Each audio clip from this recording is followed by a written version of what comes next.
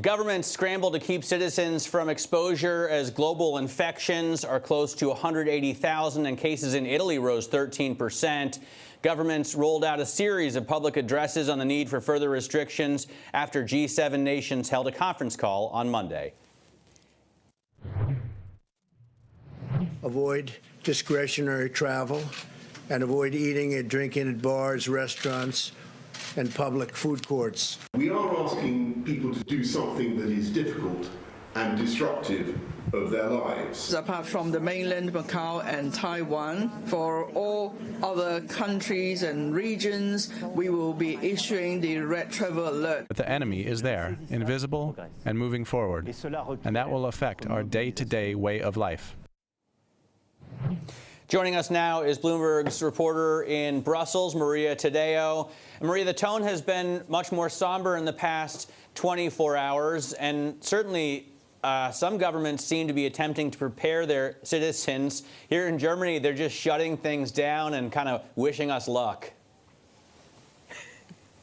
That's right. Look, Matt, it really has changed. A lot of this perhaps to do with that G7 call. But what you do hear now is every leader saying this is not just a flu. This is actually a very serious situation. And of course, a lot of this also pegged to the numbers that we've seen in Europe, and in particular Italy, where you're still seeing cases climb. And of course, a very serious death toll in that country. Now, in terms of the measures that have been announced, the bigger one and really probably the most comprehensive one is Emmanuel Macron yesterday, who did not use the word lockdown. He did say there is an invisible enemy, that this is a word, but he didn't use that. But when you look at the measures that were announced, this is essentially a very similar shutdown to the one that we've seen in Italy, where people are told you should not be leaving your house unless it's absolutely necessary. Now, he's also saying, and this is, of course, interesting, is that there will be big economic measures to try to help companies in the country, to try to make sure that there is liquidity going, and he's putting on the table 300 billion euros in a credit line to make sure that happens. But of course, that is a hefty promise. And you're seeing today the car makers around Europe saying that they're going to have to shut plants. The pain is very real. And again, for the airline industry yesterday, another difficult day.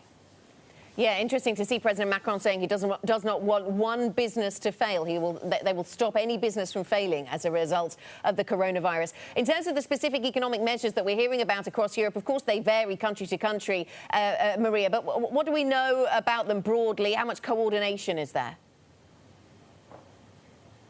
Exactly, and Anna, that is the point. The stimulus packages that we're seeing in Europe really much refer to each individual country, and we've seen it. Just to give you an example, Italy, of course, again yesterday reiterating that it has 25 billion euros to put in fresh stimulus to the economy, that it can leverage hundreds of billions of euros also to get the economy going. The question is whether that is going to be enough, because this country is headed probably for a big recession. We know the Eurogroup met yesterday. They said they're open to exploring more options. We didn't get the specific language that some in the market were hoping for. And still, at this stage, you are seeing that on the economic front, there's countries that are still not there yet. And in Spain, this is a country that has been in a shutdown for 3 weeks. We haven't had a single measure announced. So the EU is saying we are coordinated, we're working towards that. But when you look at the actual country and the measures that have been announced, there's still huge divergence between member states.